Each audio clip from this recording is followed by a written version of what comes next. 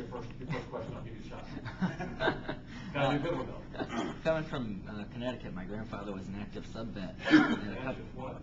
Sub-vet? Sub-vet? Submarine vet? Oh, okay. He's one of those. What do they call them? They call them underwater sailors or something like that. Underwater sailors. Yeah. Okay. And a couple of years ago, there was a mass look into by the Bush administration about closing down sub bases and airfields and military bases across the country.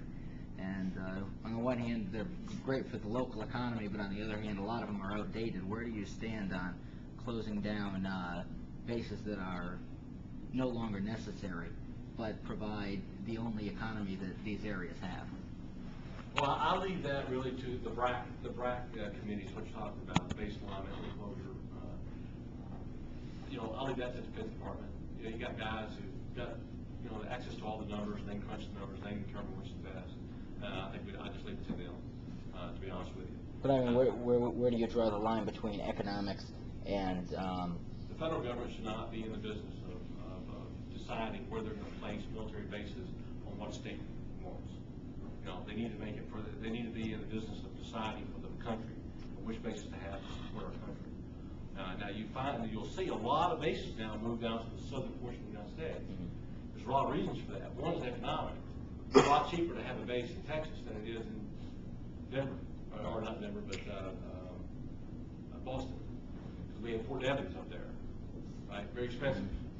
When you send a guy out there to live, he needs a lot more for his family and everything else.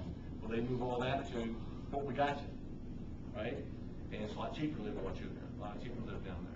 So there's a lot of fundamental reasons. The reason it was in Devens for so long is there was a lot of political pull to keep it there, when in fact it should not have ever been there.